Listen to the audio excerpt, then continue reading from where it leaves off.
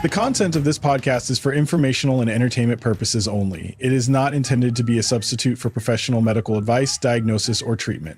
Always seek the guidance of your healthcare provider with any questions you may have regarding your mental or physical health. The views expressed are those of the host and guests and do not replace personalized care from a licensed professional. Welcome to Mindful Moments with Pedro Morante, a space where a nurse practitioner and educator shares real talk on mental wellness, mindfulness, and navigating life in and out of healthcare. Let's take a moment to breathe, reflect, and grow together.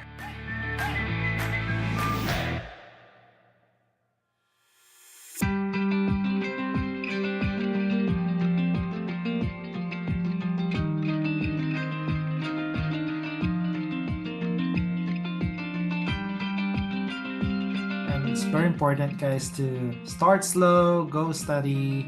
No, it's not a fast race. We're all in this together. There's a lot of anxiety, depression, and PTSD going on. So just need to make sure that our message as a provider is heard by our minority patients. Making sure that we are here for you.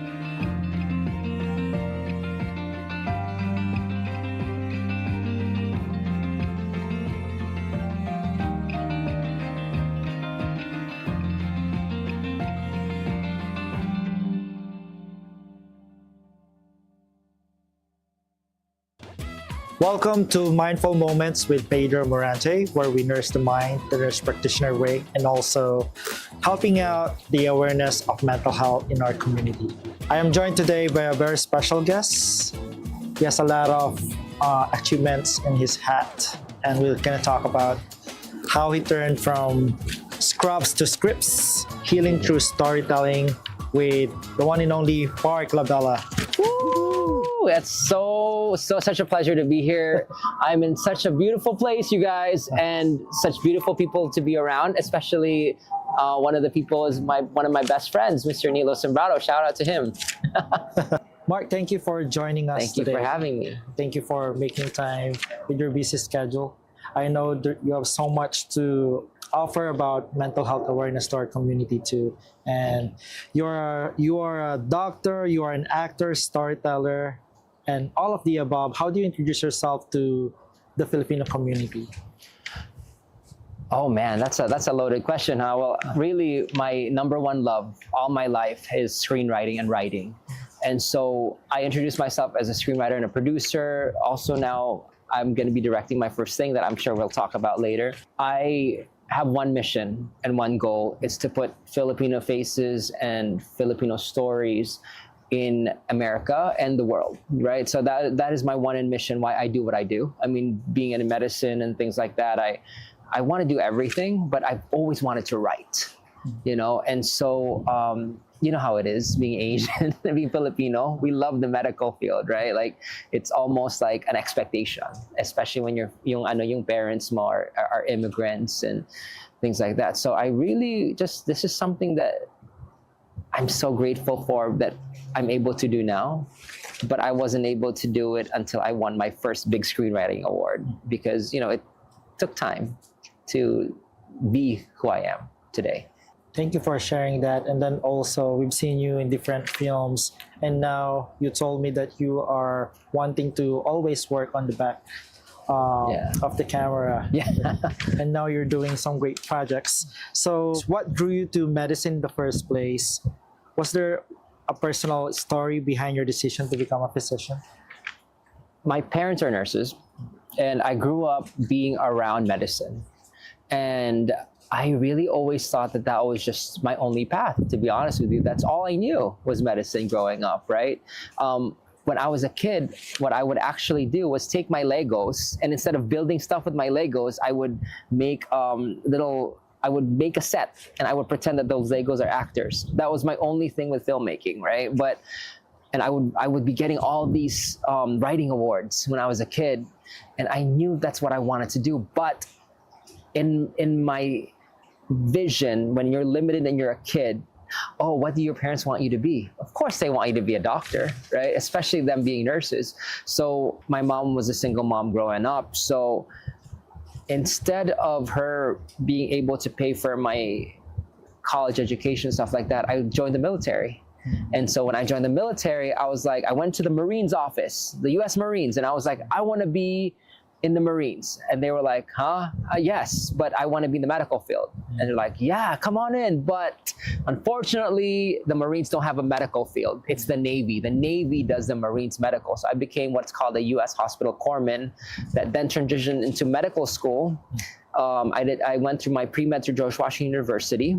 And then I wanted to do Doctors Without Borders. And your question was, why did I want to do medicine? And my only answer to that is I wanted to help people.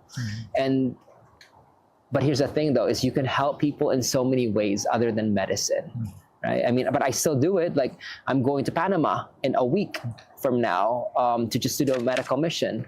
But other than that, like storytelling also helps people. Like it raised me to become a better man because my parents weren't always there. My mom wasn't always there.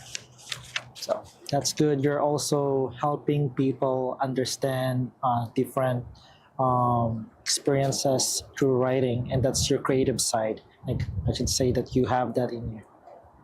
yes, and really that is my if there's one thing the pandemic taught me, is like you have one life to live and that's it. Right? So you have to do what is in your bones. And I cannot survive this world without being able to do what I do now. It's writing and filmmaking and storytelling.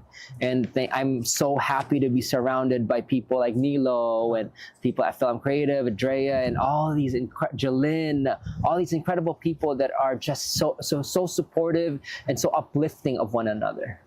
And that's what we need right now. We kind of like uplift each other so we can bring awareness to our community and at the same time help more people. Exactly. And I think now more than ever, especially as Filipinos and Filipino Americans, kailangan talaga that we come together with the rest of America and the rest of the world, that we need to recognize that mental health is a thing. You know, I remember when I was maybe in like later in high school, I told my mom I want to go see a psychiatrist. You know what she said to me? Why? You're not baliw. But I sensed in myself those symptoms of, you know, depression and stuff like that. And I've also diagnosed ADHD. So I knew that I needed it, especially with the things that I went through in my life. You know, with the traumas that I've had. And this was after the military, actually, that I knew that I needed to seek help. And here we are talking about mental health. And that's good that you have awareness at that time. So when your mom said, no, you're not baliw, did it strike you or did it trigger you more? What were your thoughts on what she responded to you?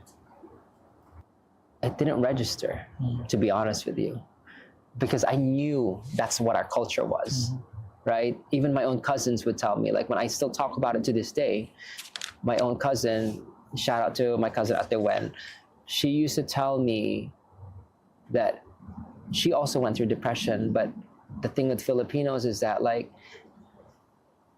if they don't recognize, you know, they don't recognize mental health as a thing. They think you're just being weak. But really, I mean, you see people with mental health crises in the Philippines in our lives growing up there, and you realize, man, this person would have done so much good in the world had they just gone through therapy. Because trauma can last for generations. Right. It can come from one to the other to the other, and that's how abuse is, right? Too, when it just keeps going, and those are the kind of things that I write about. And that's good. At least you, on your creative side, and also with the experiences that you did, you were able to put them together and put it in your creative side to make awareness to our community too. Exactly. And my follow-up questions to you is that in your early days of practice, what moments stand out the most? Those that shape how you saw your role as a doctor. What moments stand out the most? Yeah. In the medical field? Yes, medical field. The moment that stands out the most for me is, okay, picture this, right? It was the busiest day in Cebu in the maternity ward because the other government hospital was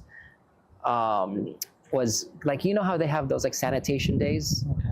Have you ever worked at a Filipino hospital before? Yes, I did. Okay, so you know how like it gets really crazy in government hospitals, Yes. right? I mean, you're like it. You're like first, second, third, last line of defense for that person before they can pass away, right?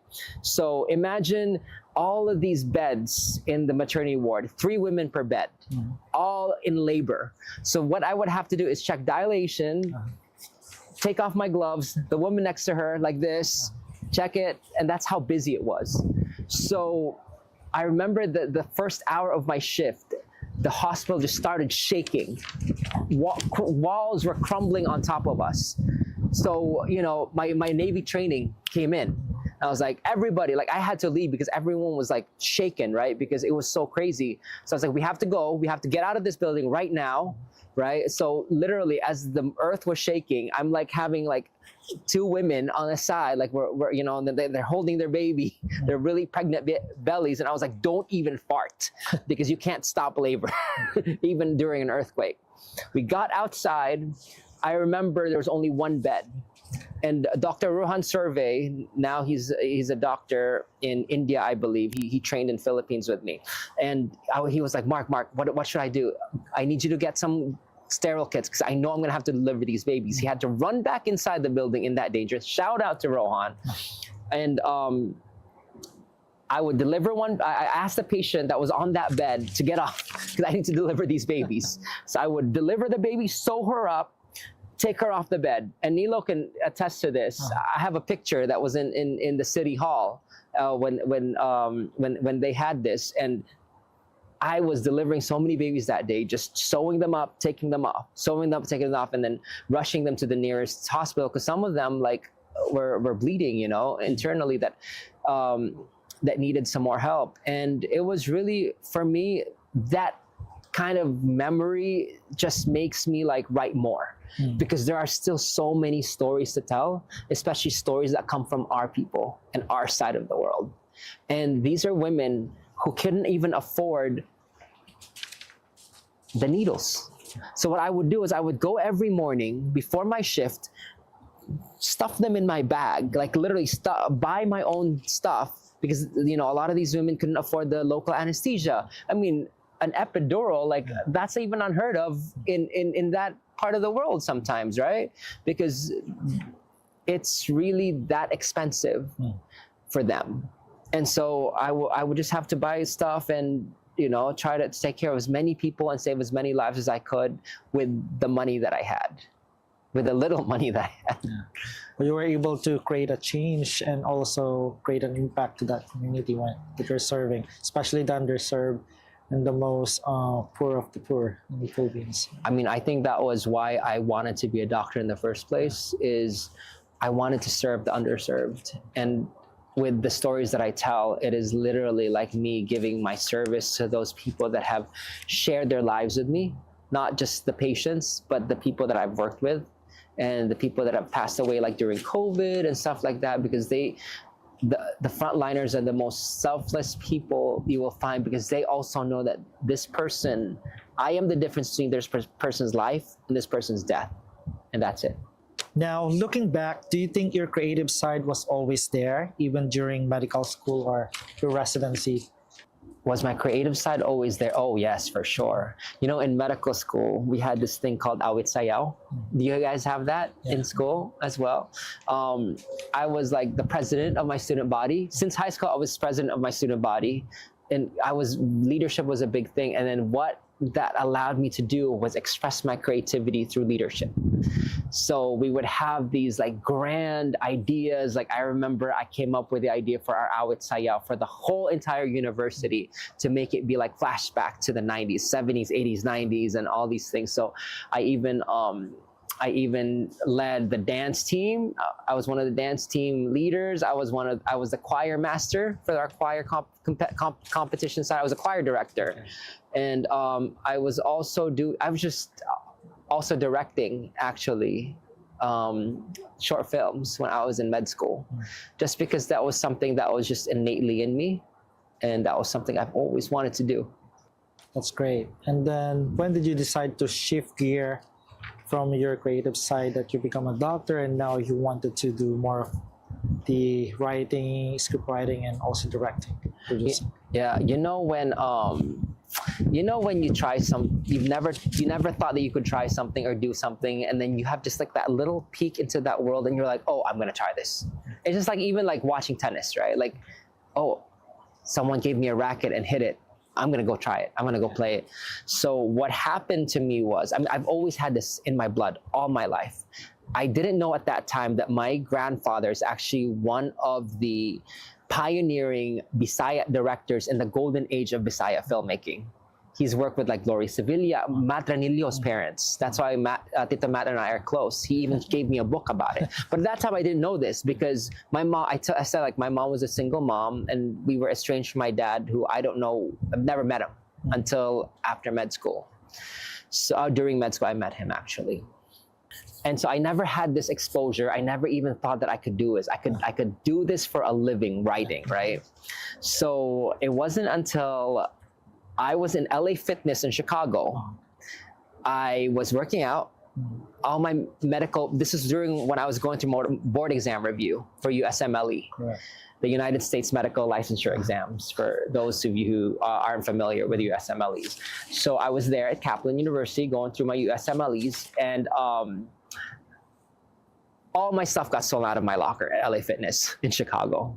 That includes my books, my iPad, and medical books are expensive. They're like $200, right? A Harrison's book is like $200, $300. I lost my laptop, my wallet. I remember Dr. Tony Espina, who is now a classmate of mine in Cebu Doctors. She is now a doctor in Wisconsin.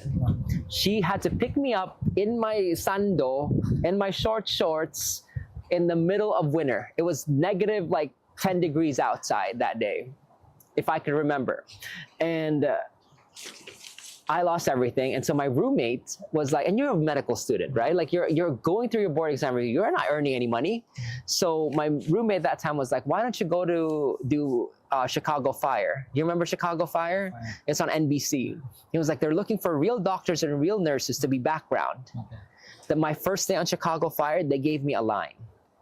Wow. And that started my gears. I was like, oh my God, I can actually be a part of this world. So my entry into producing, storytelling, writing, and now directing was this show, was acting. And I happened to be okay at it. I'm a pretty okay actor. Like, I've won awards, but it's nowhere near in my heart and ability as I am in screenwriting. You know, like, acting is great, and I kudos to a lot of actors, a lot of hard work. But, you know, this being behind the camera is more my thing. Because I think one of my superpowers is helping people shine. And making people shine. So if you ever want to be an actor, I'm gonna make you look good. Nilo, if you ever want to be an actor, I'm gonna make you look good. Nilo, you're hired. Now, with all your achievements and accolades, we're also talking about mental health, and you were open about seeking therapy and also recognizing your identity and self-worth. Now, my question to you is, how do you separate your sense of self from work when so much of your identity is tied to being an artist or being a performer? So when I was going through a lot, right? When you have trauma triggers and you go down that spiral, that depression, suicidal ideation, all that stuff, you kind of lose your self-worth. Every single part of you disintegrates before your eyes because you don't understand what's happening. You don't know who you are. And it's very easy to just escape. You want to just it all to stop, because darkness is just clouding over your judgment. I had to learn to be kind to myself. I went through cognitive processing therapy. I'm going to therapy now. And the one thing that I really learned is how to be the kind of person that doesn't need external validation. You have to be your own person. You have to be happy with who you are. Look yourself in the mirror and say, I love you. And I didn't have that. I've never had that. I mean, especially growing up, how are you able to tell yourself that you love yourself if you don't even like yourself? And you blame yourself for so much that's happened to you, all the trauma that you've gone through and stuff like that, when really you have to heal from it first and address it and learn self-compassion. And I think self-love is the one thing that I needed. And you said that, and the question was, how is it that it's tied to my identity? Yes.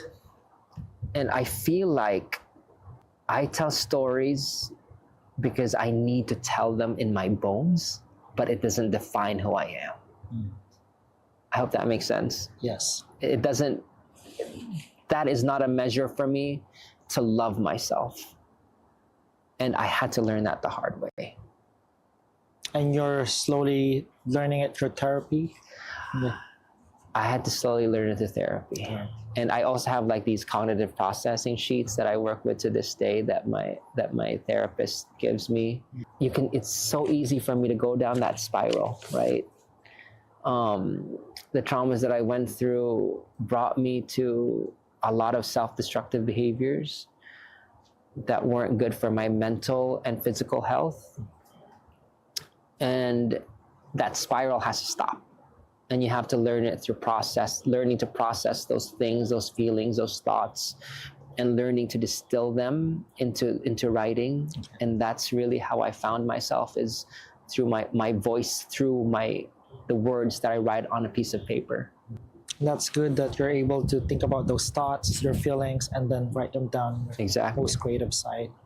And what can you tell the people that are very hesitant to seek therapy and they find it like, oh, it's not for me, or I'm not going to benefit anything from it? I mean, to be honest with you, cognitive, like, I'll give you an example, right? I didn't know what cognitive processing therapy was. So it's kind of like desensitization, right?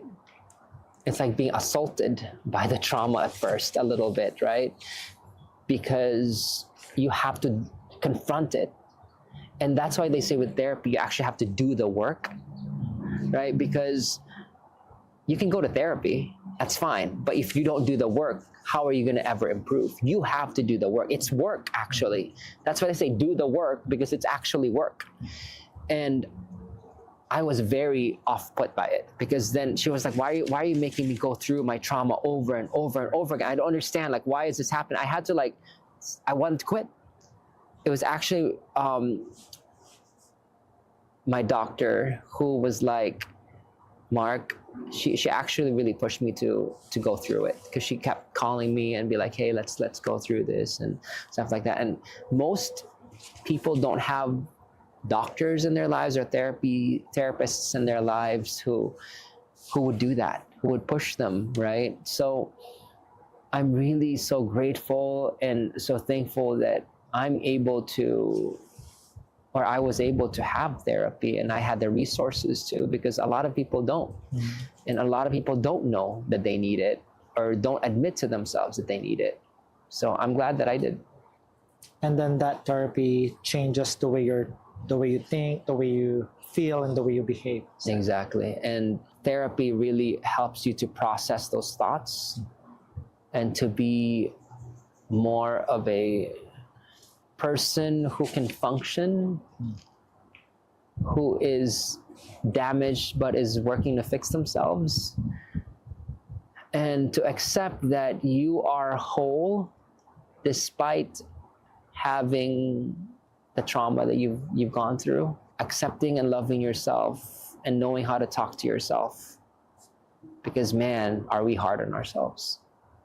I know each and every single person, especially in this field, especially in the medical field, especially Filipinos, Filipino Americans, we are of a culture that we tend to look down on people who are flawed.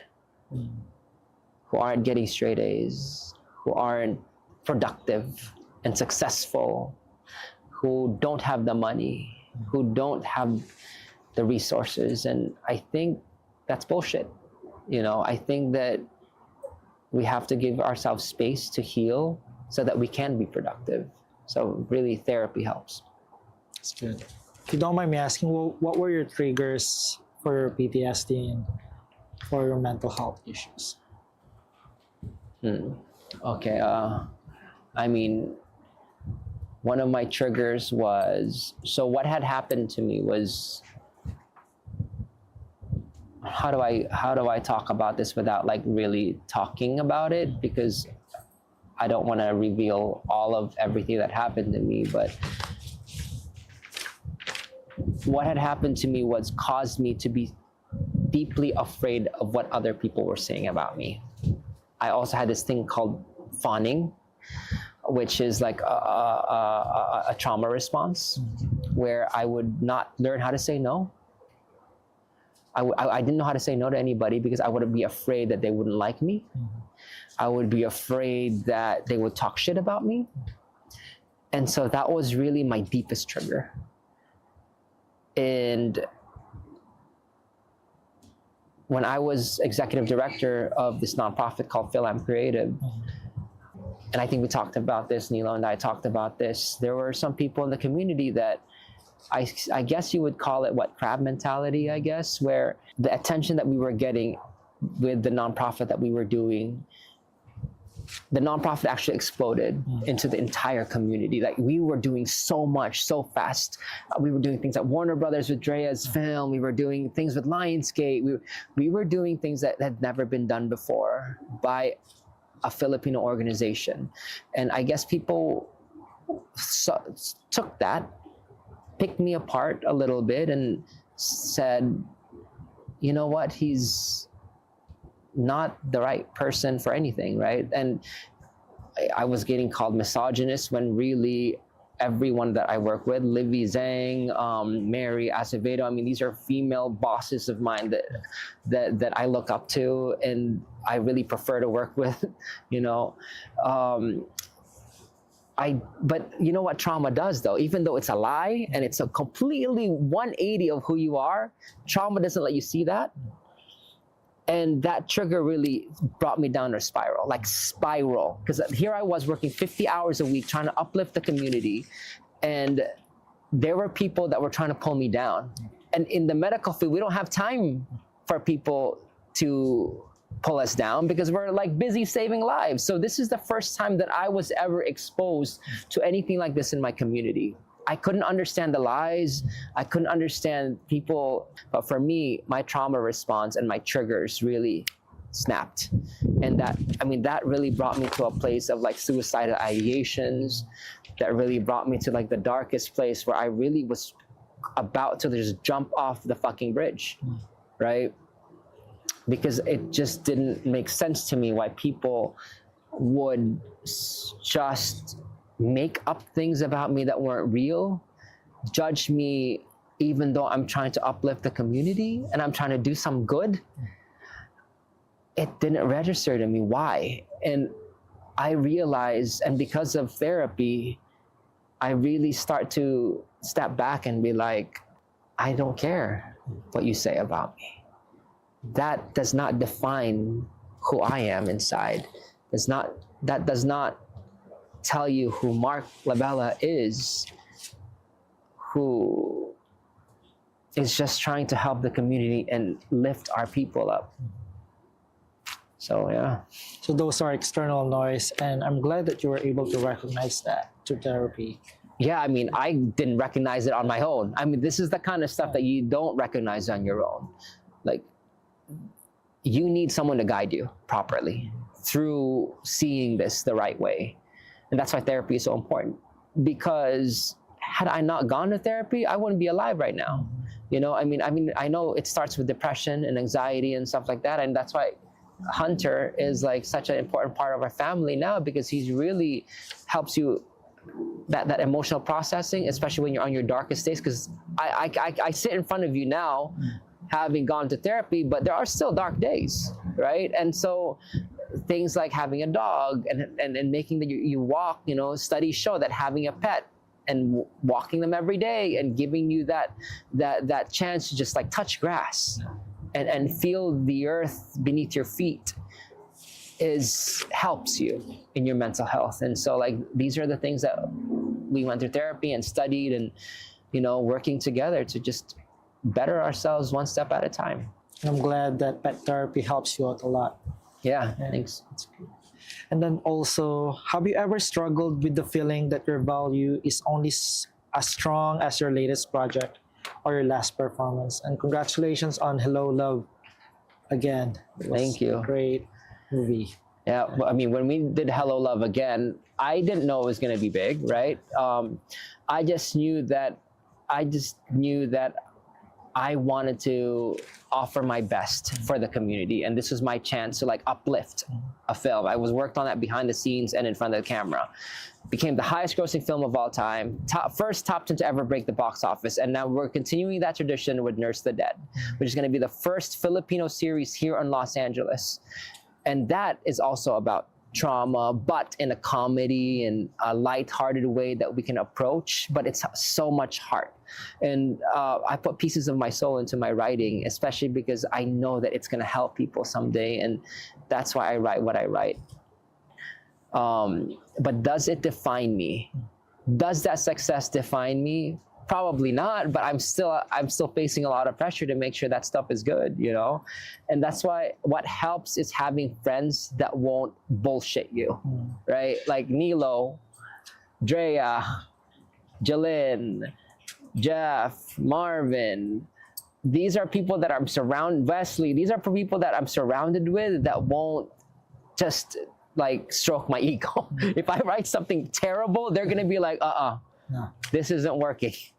That's what I love, is like feedback. And going through therapy also allows you to accept feedback and to know who's really trying to help you and who's really trying to pull you down. And that helps with knowing who you are and not needing other people's validation.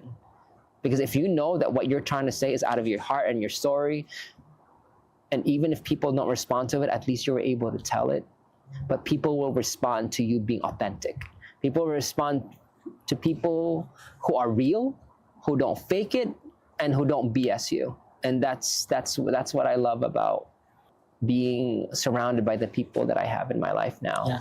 Part of a good intervention for mental health is meaningful engagement and a good support system. You have your Like Hunter, and the rest of your film creative friends, and that basically empowers you to be creative at the same time feel supported and being belong. And then for pressure and perfectionism, I know that you are very creative. What kind of mental toll does constant pressure to be always creative or stay relevant have a toll on your mental health? Staying relevant. Wow, that's a loaded question. I don't care to stay relevant, to be honest with you. Like, that's exactly why I want to step back from in front of the camera to be in front of the camera. But I also know that being on social media and going to events and stuff like that, you have to kind of play the game, right? Because people have to know what you have going on, or else they're not going to be able to find it. Or how do people know that they're going to support you? But staying relevant in the zeitgeist of popularity, you don't need that. You don't need the perfectionism. All you can really do is give your heart and soul, and if people respond to it, great. If people don't, at least you were able to put it out there. And that is the best feeling in the world. You have to be satisfied with that, because anyone that comes in this industry trying to be famous, they're doomed to fail, because popularity leaves like that, and unpopularity, and you become literally unpopular and get canceled and stuff like that within like this too. So that should never, ever, ever, ever determine your creativity, and never, ever, ever determine who you are as a person. And I can really feel your passion to uplift our community. And they said, do what you like to do, so it's not a job, it's actually something that you enjoy, so you're able to fuel all the passion in it. and make it the greatest outcome for it. Yeah. Thank you. Now, for fame and visibility, what impact does constant visibility through social media critics have on your mental health? Oh man, that's a really good question. That's a great question. Dude, Peter, being visible is painful because now, like me sitting here talking about the things and the shit that I went through is painful. But at the same time, if you're just 100% being yourself, and therapy taught me, the people that love you will love you. If you are going to be who you are 100%, and you're gonna love yourself, it's gonna force you to just go in the path of loving others, right? The people that pull other people down and hate themselves, they're the ones that have that crab mentality. I think that as long as you are authentic and you are who you are and you're not faking who you are, I think visibility is okay. If you're gonna put it out there in the world, you have to be okay with people not liking you. You have to be okay with people disagreeing with you. You just be yourself, and you don't worry about what other people think of you, and that's it. And through therapy, you will be able to find that. Because a lot of us, I mean, it sounds easy, but it's not. Like being able to say, I don't care what other people think is hard, right? Because obviously we do, but processing that and being like, okay, you know what? I'm happy with who I am. They don't get to dictate. They don't feed me. They don't lay in my bed. They don't live in my house. You don't have a say in who I get to be. So it's like the art of not giving. The art of not giving a fuck. Correct. I agree with you. Now, a lot of healthcare workers are also experiencing burnout, anxiety, depression. Some nurses could have ADHD also in the workplace. What will be your best advice for them, circumnavigating what your lived experiences are for them? You know that happened to me during the pandemic, right? There was like an entire week, man, that I could not get out of bed. I even remember like Marvin prepared this incredible meal. You know, like he even had like this like red tablecloth and like all these like beautiful ham that he got from Spain and stuff like that. And I just remember like I was working like 18 to 20 hours. I even had my own cot at the facility that I was working. I was working at 5 different facilities at that time to be the infection control supervisor. I had like I was like dividing it up between yellow, red, and green stations so that certain people could go where and certain patients could go where. And I just remembered being angry. Like, why are we celebrating right now when so many people are dying around us? Our friends are dying, and people don't know how hard it was for us in the front lines, especially when I was working with elderly patients. So they can die like this with COVID-19, if you remember. And oh my God, I used to be so angry with people going online, going, oh, it's not real. Remember, there was like a lot of conspiracy. People refused to wear masks. It was just a really insane thing that we went through as healthcare workers, because people really put it in their heads that it wasn't that bad. But really people's grandparents, people's moms and dads were dying. And that really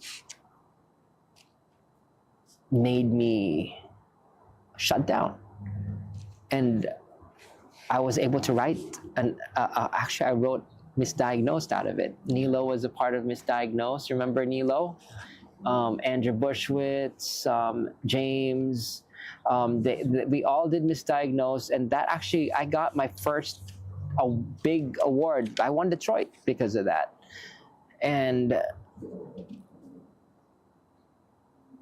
I wouldn't be here without me being able to write that. I wouldn't be sitting here with you talking about my first series if I had not written that. And I had not won that award. Then I got hired by my first production company, and it was like the first paycheck that I got to be paid for to write something. I mean, it was really crazy, right? And then I just wanted to do this thing called Misdiagnosed with my friends, and it turned out really well, and it planted the seeds to what is Nurse the Dead. It planted the seeds to what is Crab. And I'm really excited for the things that are coming up. We're so excited for your upcoming project. Can you tell the audience what is this Nurse the Dead, and where do you foresee this project being seen from? Okay. For everyone that are watching, I don't know if you guys know this, that Filipino nurses are the #1 immigrant nurses in all of North America. But 30% of the nurses who died during COVID were Filipino. Despite being only 4 to 5% of the entire nursing population here in the United States.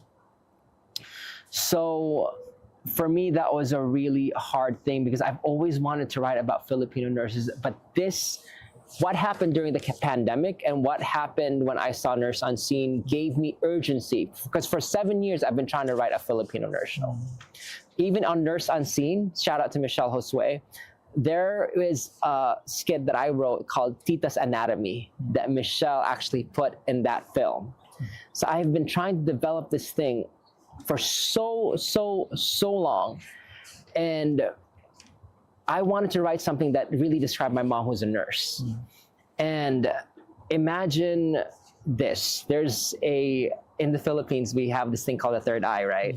And this young protagonist, Noah, she has a third eye, and she happens to work at the most haunted hospital in Los Angeles, most haunted ward in Los Angeles specifically. And it's an infectious disease ward. And her mom actually works in that ward. So Noah, this main character, is like my mom. Her mom is like my mom. Overbearing. I love you, Mom, but she's overprotective. She's very perfectionist, very workaholic. My mom, as a single mom, worked double jobs just to take care of me. And I never get to know who she was. So this is like, this young lady gets to work in the same ward as her mom, becoming the nursing supervisor. But as we peel through the layers, we find out, as the episode goes through, why would someone who could see ghosts work so hard to work at the most haunted ward in all of Los Angeles?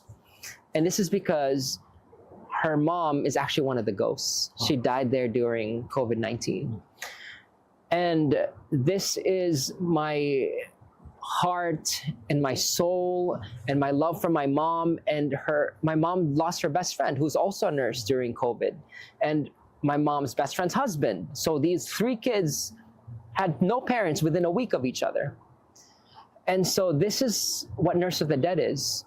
Nurse the Dead is it is an ode to Filipino nurses. It is an honor to all of those who were the backbone of American medicine at the toughest times of its history.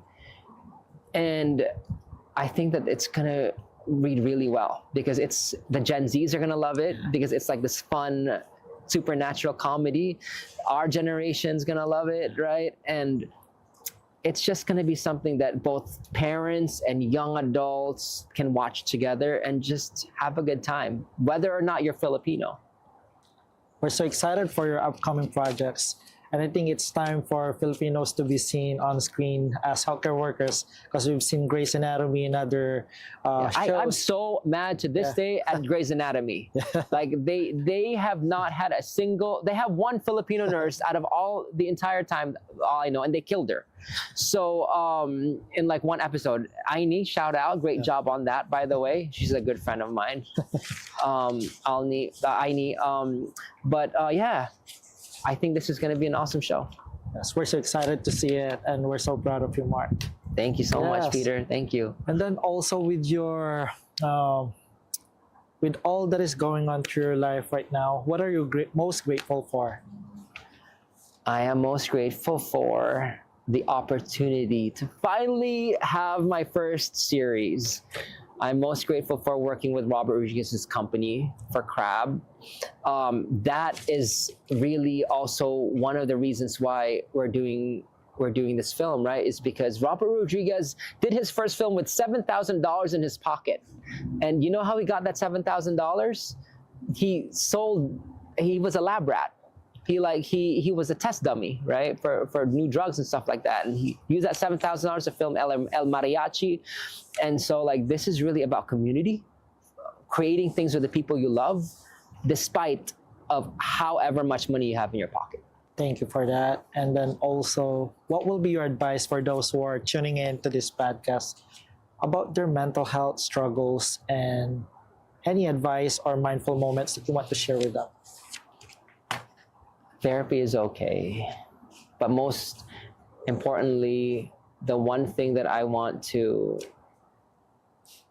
tell people that how I learned to deal with the things that I went through is I learned to love myself. It's self-compassion. Be compassionate with yourself. Be patient with yourself. And the things that we say to ourselves really, really affect us more than we know. And just be careful of the things that say to yourself, because sometimes when you call yourself stupid, when you demean yourself, when you disrespect yourself, that internalizes to your body, to your bones, to your mind, to your growth. And so just stop it, nip that shit in the bud, and love yourself. Thank you for being a mental health advocate too, and sharing your story. Means a lot to us and also to the community. I think it's all about self-awareness, which you talk about today. And the same thing, our mindset is our biggest asset. So when we think that we're a loser, we're a loser. When we think we're a winner, then we can be champions in our Amen. life. Amen. And right now, who do you think are your support system that helps you keep grounded? And I know your show's gonna make it big very soon. So who do you want to make a shout out with? And if all our followers wanted to follow you in your social media, can you tell them where they can find you? All right. So first, I want to give a shout out to my friends, Peter. Yeah. Thank you so much for having me. Shout out to Nilo, Angel, Marvin, Drea, Jolene, and Ernie, attorney Ernie Ocampo. He's incredible. Mary Acevedo. I mean, Wesley Villarica, Ria, our people at Burns & Sawyer Canada and Burns & Sawyer. I just am surrounded. Miko, everyone at Star Cinema is amazing. Miko, Chris Gasman, John Leo Garcia. I mean, these are people that have really supported me and supported my growth. And you have to have those people around you that want to lift you and lift others up. Just be careful who you let in your circle, because sometimes I have had people, and I'm sure you have as well, who do want to pull you down and don't mean, even if they don't mean to, right? But they seem so kind and so nice. So vet, you know. But my social media is Mark J. Labella on Instagram, at MarkJLabella. And that's it. Thank you, Mark. My last question, I think I didn't ask this. For those listeners that are out there that would like to end their life, or it come to a point that they are suicidal, what will be your advice for them if they're put in that situation that they want to end their life? There's a phone number that I actually called a lot. 988? 988? 988. It really helps, you know, to dial that number. Just dial the number. Like, you have nothing to lose. Like, everything is around you feels like it's falling apart. Talk to someone. I promise you, it will mean something. It will mean something. I think it is 988. I haven't dialed it in a while now because I have been going to therapy. But, and, you know, medications really also helped when I was going through it. But yeah, man, just talk to someone. It's okay. And you know what's the cool thing about 988? Nobody has to know that you called. Nobody has to know that you called. And it's okay to dial that number. Your story is important to share in this platform, and your story is great to share in this platform. So thank you so much for sharing your beautiful stories. We learn a lot from you and we want to apply it with our daily life. And also for all of those who are followers of this podcast, hopefully Mark's story has enlightened you that you are not alone on your mental health struggles. We are always here for you. There's therapy, there's medication management, self-care groups, and then also support system that you can join. And it's always important to recognize those symptoms. And we are here for you. Thank you, Mark. Thank you. Thanks, There Peter. you go again. Hi, Direct guys. Mark Labella.